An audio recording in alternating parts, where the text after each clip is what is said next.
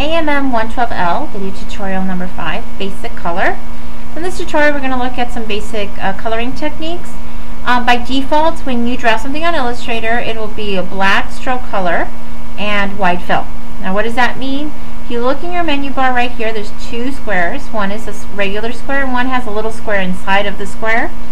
And if you scroll your mouse over it, you can see fill is the bigger the regular square, and fill is any color inside of the shape. So if it's white here, that means the fill is white.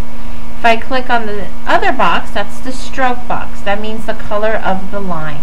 Okay, now when I highlight it, obviously it turns blue, but when I'm not scrolling over it, it's black.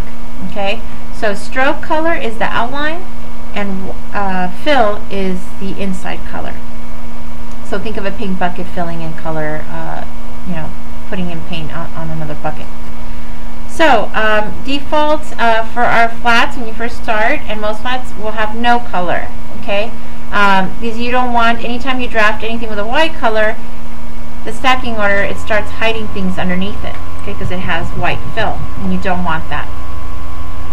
So what I'm going to do is going to take out the white fill, and the way you take out any color, whether it's stroke or fill, is that you're going to, if you look right underneath that, see this little box with the line, it says none, and the shortcut is slash. So if I want to change the color, take out the color in my shape, I'm going to click on my shape with my black arrow or selection tool, and then I'm going to click on the little red line, and now I'm saying on the fill, I don't want color. If you see this double-ended arrow, that's a toggle. You can swap fill and stroke. If, for example, I decide instead of no fill, black line color, black stroke, I want black fill, no stroke color, then I just click on that double-ended arrow and it'll just swap it. So if you ever have the opposite, you just swap it and it'll just swap it automatically. So it can be a little time saver. Now in terms of basic color, you do have your color guide, which is this little, and in CS6 it's just the spectrum. It just shows you this. And it has a tab for the color guide, which this is what it looks like, tints and shades. But you'll see the spectrum, and again it has the red line, which means none. And then you have the full spectrum to get color. So this is default on CS6, so if I click, and your cursor turns into an eyedropper, and then it changes the color. Now notice I'm changing the color, but my rectangle still has nothing. That's because I didn't select it. So first you need to select it with your selection tool. Then click whether it's fill or stroke. So I want to keep the outline black, so I'm going to keep stroke black.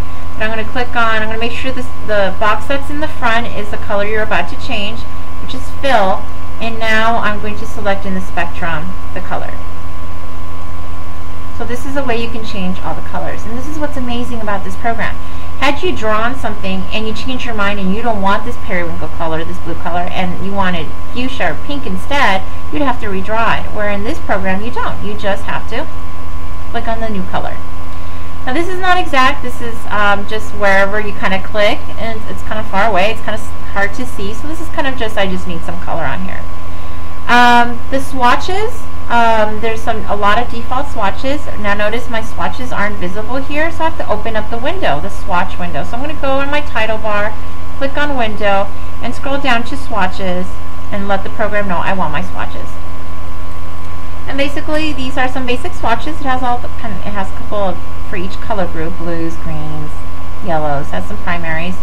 So some basic colors. So if I want to change the color, using swatches, I just make sure I select with the selection tool the item and then just click on the swatch and it'll change it. Now if I want to change my stroke color, I click on the stroke box and then I change the color, and see, it will actually give it a pink outline.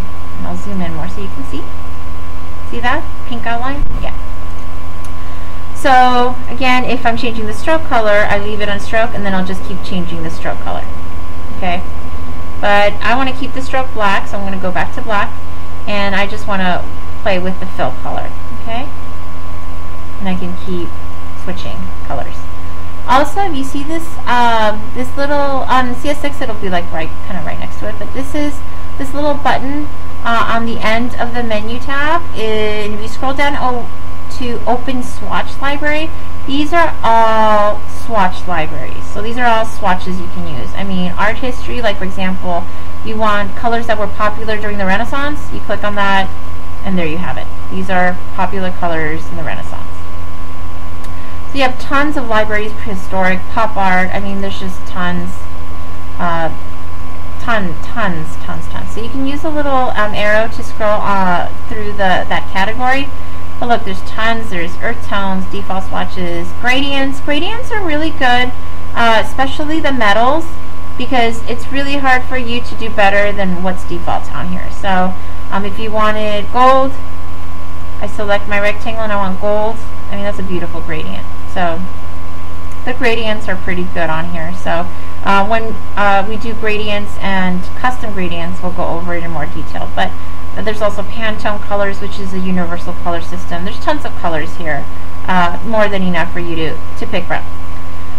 But let's say, well, they're not that great. I want this red, but I want a deeper red, or I want a little more yellow. You kind of know what you want, and you're not finding it, or it's going to take too long to find it.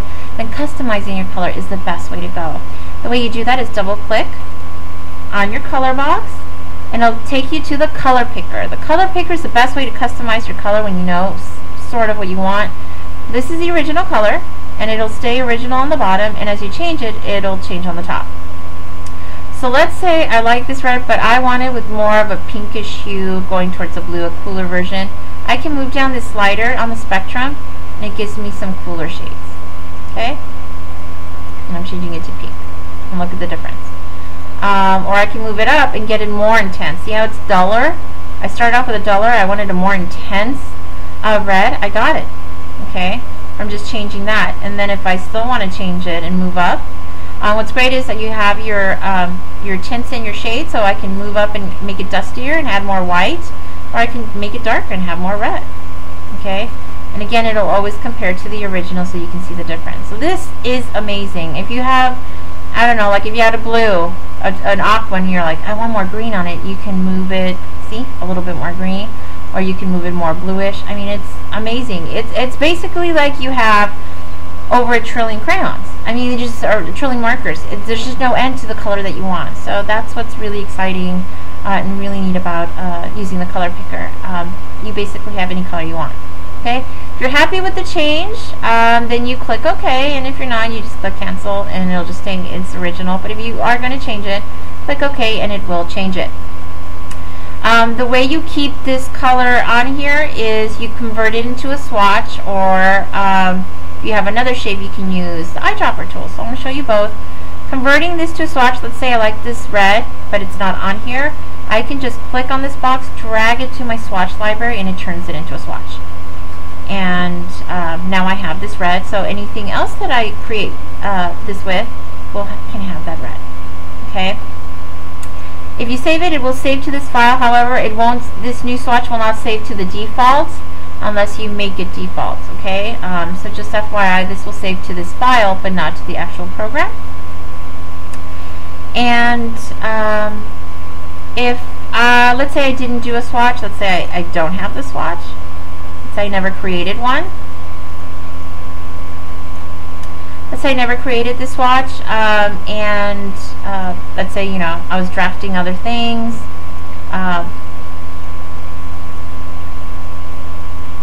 And I didn't create a swatch. I'm doing all this other stuff, and I go back and I'm like, oh, I want this square to have this color. Wait a minute, I don't have the swatch. I don't remember how I got this color. Oh my gosh, what do I do?